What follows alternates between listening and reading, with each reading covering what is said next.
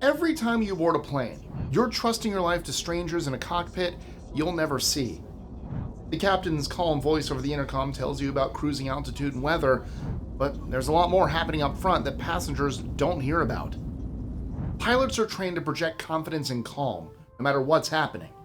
That's part of the job. But behind the sterile announcements and professional demeanor are secrets that would make most passengers grip their armrests a little tighter.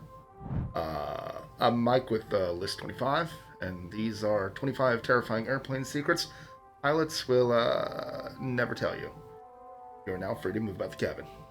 25. Pilots often disagree with each other mid-flight.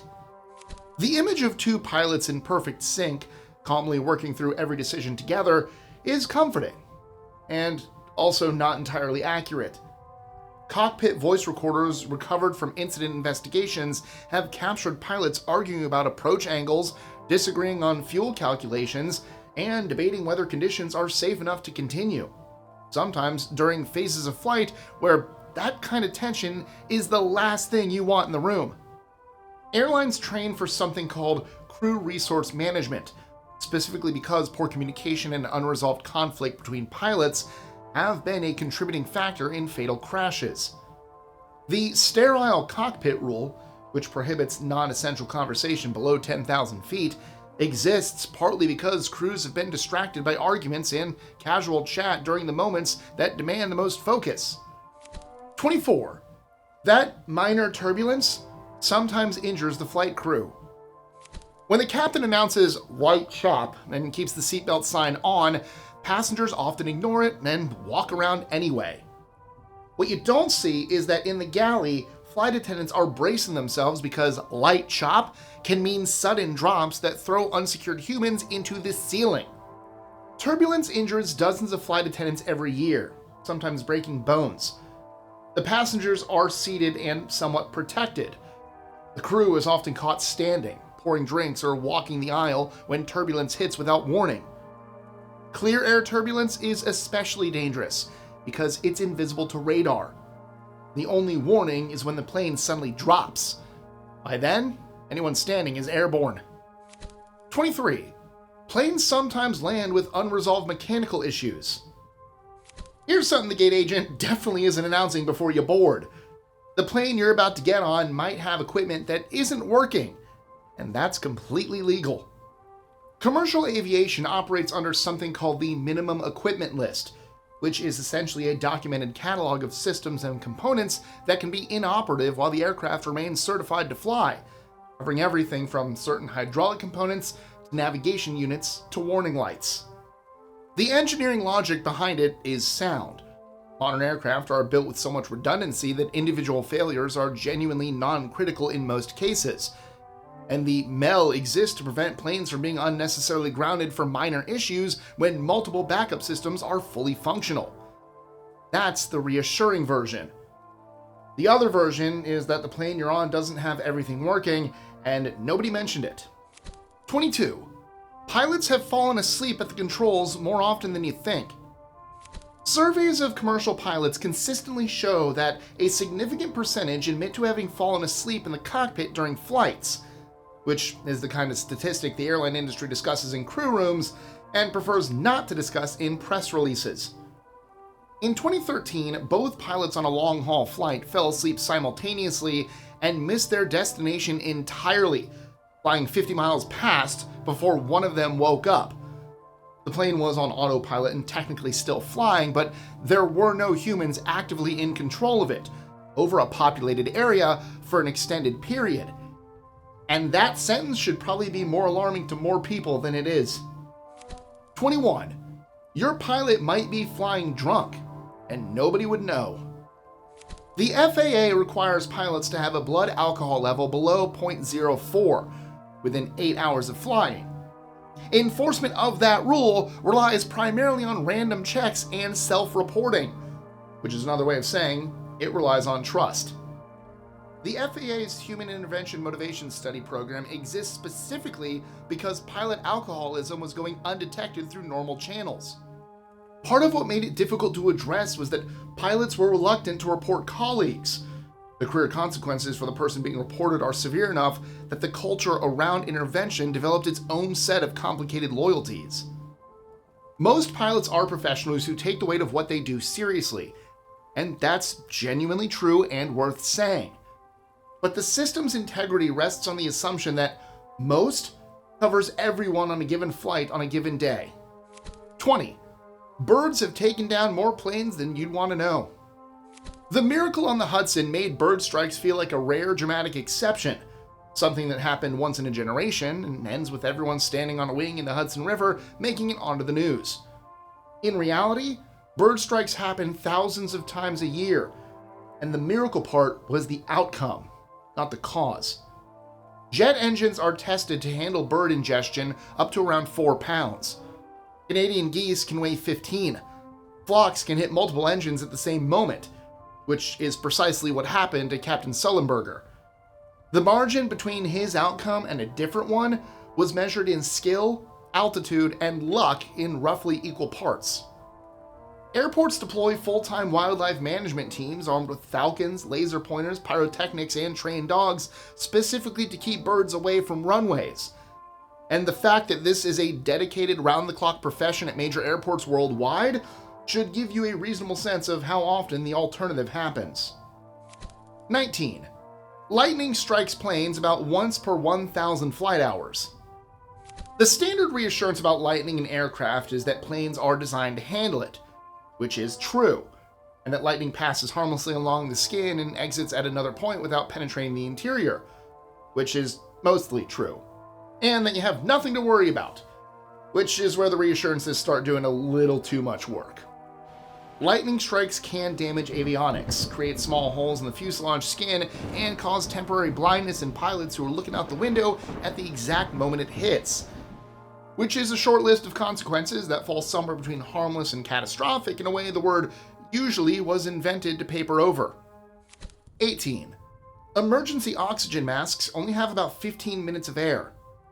The oxygen mask demonstration on every flight mentions that the bag may not inflate even when the oxygen is flowing, and most passengers tune it out entirely, which means almost nobody has thought carefully about what those masks are actually for. The reality is more alarming than the safety card suggests. At cruising altitude, a sudden loss of cabin pressure gives you somewhere between 15 and 20 seconds of useful consciousness before hypoxia begins shutting down your ability to think, move, and eventually breathe. The masks aren't designed to keep you comfortable for the duration. They deliver roughly 12 to 15 minutes of oxygen, which is exactly enough time for the pilots to execute an emergency descent to an altitude where the air outside is breathable again. 17. Pilots sometimes can't see the runway until seconds before landing. There are landings where the pilots see the runway clearly from miles out, line up visually, and touch down by feel and instinct built from thousands of hours in the seat. Then, there are Category 3 landings, where the visibility is as low as 50 feet, which is roughly 2 car lengths, and the pilots may not see pavement until the wheels are already on it. Both are legal. Both happen regularly. The difference is that one relies on human perception, and the other relies entirely on the aircraft's instrument landing system doing exactly what it's supposed to do, with the crew monitoring rather than flying in any traditional sense. 16. The dead body problem. Roughly 1 in every 5 million passengers dies mid-flight, which sounds vanishingly rare until you consider how many people fly every day. Realize it happens several times a week somewhere in the world. And when it does, the airline's options are more limited and more uncomfortable than most passengers would want to know about. There's no morgue at 35,000 feet. There's no procedure that removes the situation from the cabin. If the flight is long enough, crew members will attempt to move the body to an empty row, sometimes propped upright with a blanket, occasionally with a seatbelt fastened. Close enough to a sleeping passenger that most of the cabin never notices. 15. Your life vests under your seat might not be there. Here's one that's both absurd and genuinely dangerous. Passengers steal life vests as souvenirs with enough regularity that airlines are aware of it as a systemic problem, not an isolated incident, and the checks designed to catch it have a meaningful gap in them. On quick turnarounds, crew members verifying life vest storage may confirm the pouch is present without opening it to confirm the vest is actually inside, which means a seat could go through multiple flights with nothing in the pouch but the memory of a vest that someone's kid took home as a keepsake. Over open water, that matters. The vest isn't just flotation. It has a light and a whistle designed to help rescue teams locate survivors in the dark. And if yours is missing at the moment you need it, knowing someone got a funny photo of it doesn't help. 14. Autopilot doesn't mean nobody's flying the plane.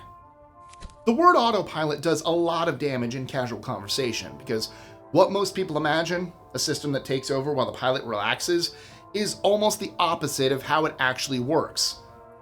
Pilots describe autopilot more accurately as an auto assistant.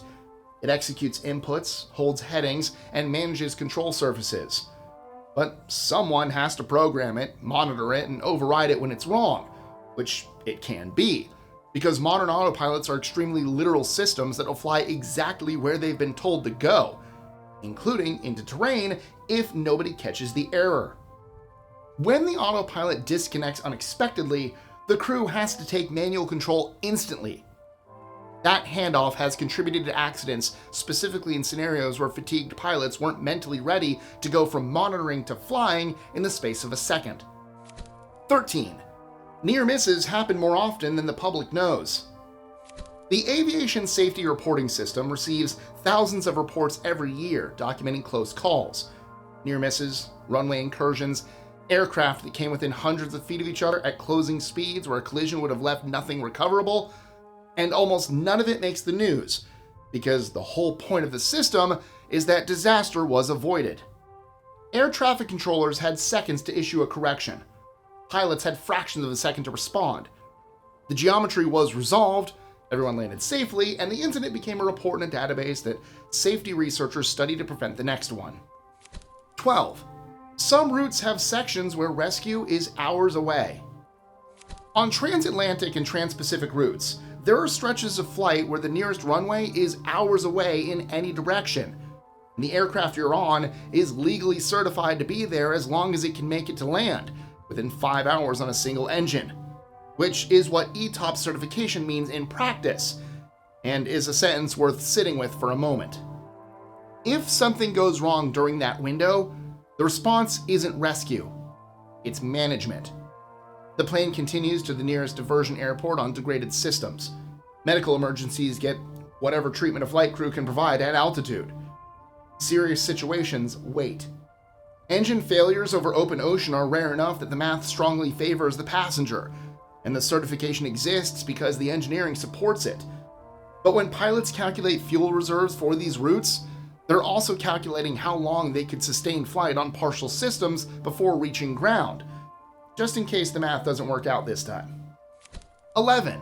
Runway incursions almost caused a major US disaster recently. In recent years, the US has seen a cluster of runway incursion incidents serious enough that aviation safety researchers aren't treating them as unrelated events.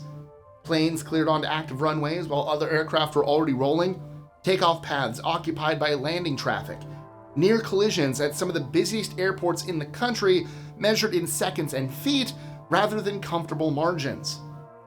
Austin, JFK, Boston. The incidents share characteristics that suggest something systemic rather than coincidental. Controller workloads stretch past comfortable limits, taxiway layouts that create genuine ambiguity under pressure, and collision detection technology that should have flagged the conflicts earlier and sometimes didn't. Pilots talk about this privately with a level of concern that doesn't always surface in public statements, because the professional culture around aviation safety is careful and deliberate, and not given to alarm, but the pattern is visible to anyone looking at the data, and the people who fly these routes are looking at it. 10. The cabin air you breathe comes from the engines. The air you breathe on a commercial flight isn't pumped in from a tank. It's pulled directly from the engines, compressed, cooled, and routed into the cabin, which is an efficient system that also means the cabin air supply and the engine's mechanical systems share a closer relationship than most passengers would probably choose if given the option.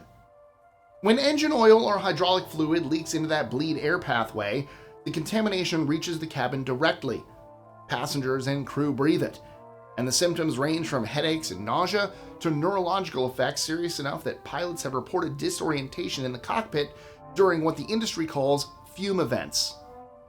The argument over how often this happens and how serious it is runs along predictable lines. Airlines and manufacturers say fume events are rare and well managed, while flight attendant unions say they're systematically underreported and the long-term health consequences for crew members who fly repeatedly through these events remain unresolved. 9. Some critical flight phases have no backup plan.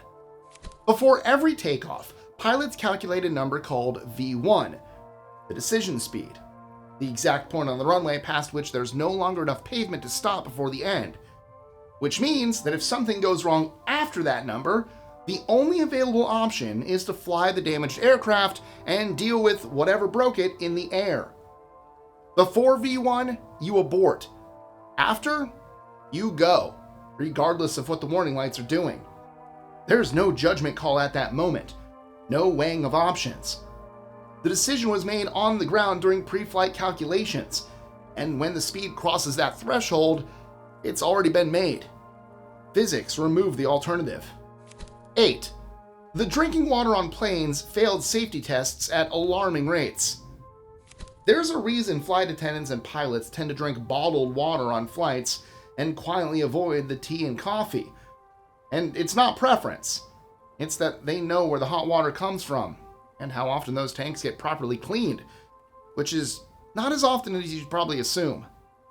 EPA testing found that a significant percentage of aircraft water systems tested positive for coliform bacteria, indicating possible fecal contamination in tanks that aren't always drained and sanitized between flights, and run through plumbing that's genuinely difficult to access for cleaning in the first place. Coffee is brewed with that water. Tea is steeped in it. The ice comes from it too. Same system, same tanks, same cleaning schedule. 7.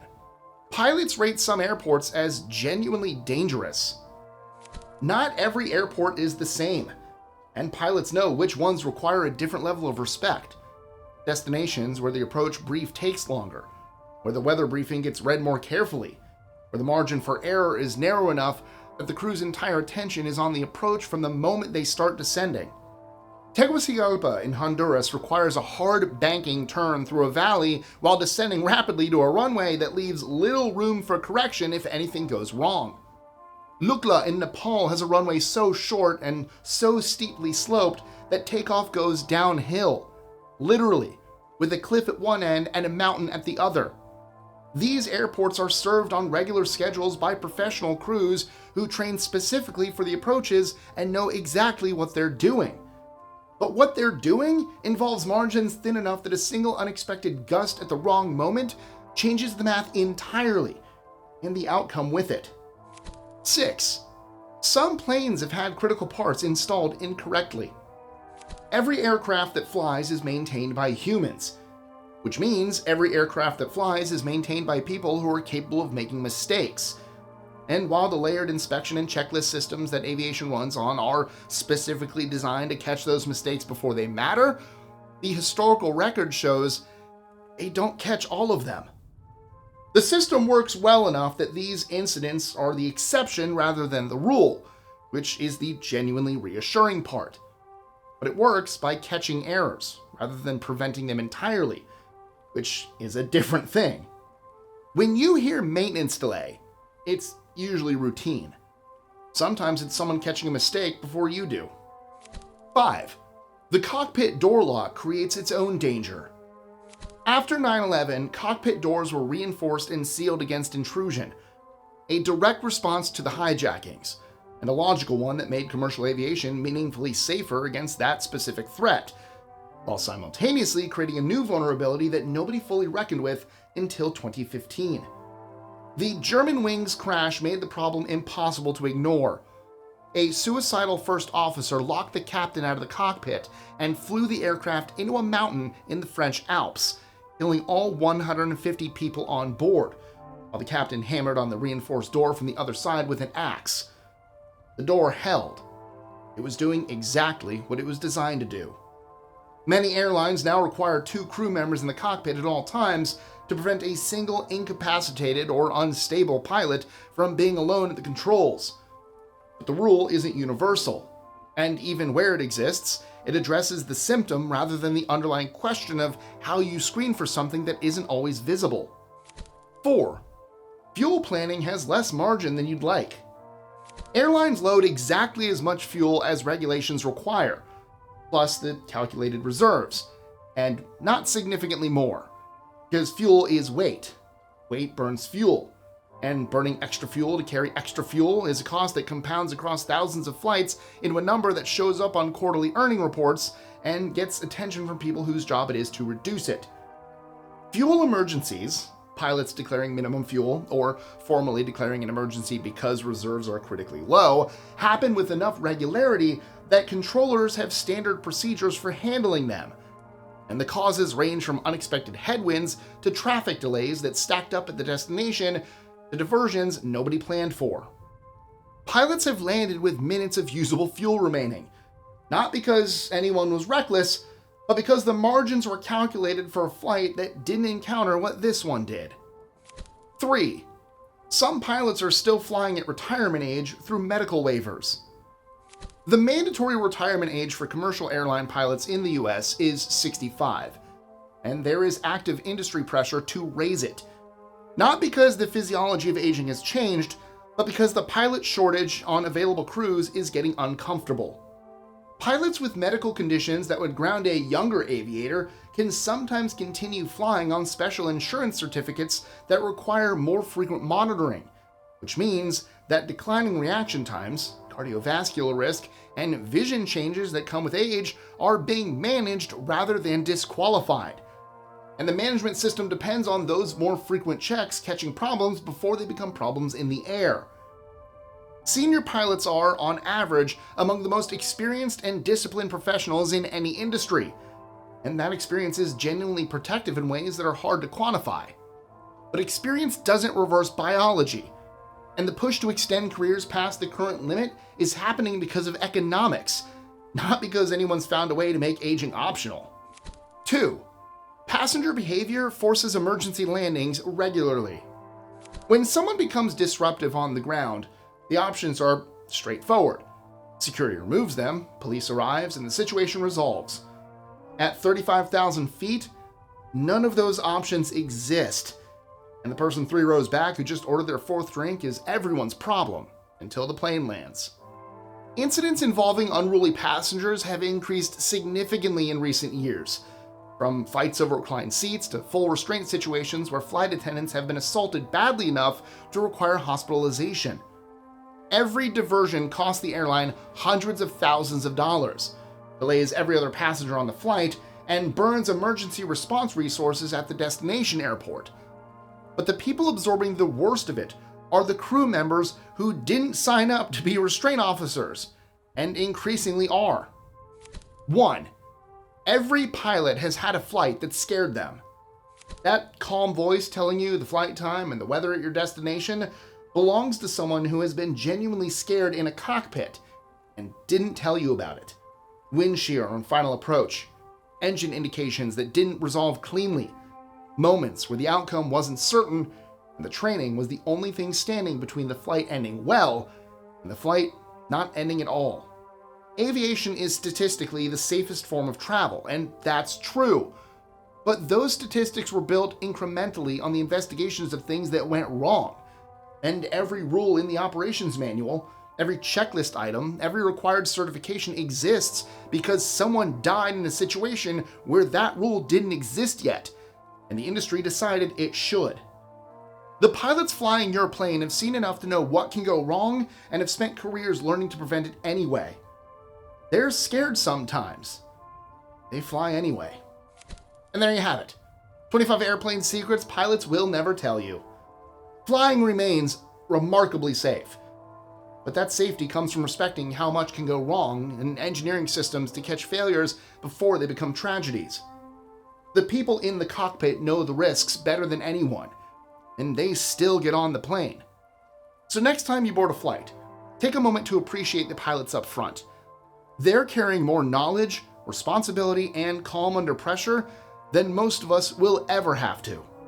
And if you want to know what's happening on the other side of that cockpit door, check out our next video, 25 Secrets Flight Attendants Know That You Don't. Subscribe for more lists that pull back the curtain on things you thought you understood. As always, I'm Mike with List 25, and I'll see you next time, hopefully on the ground.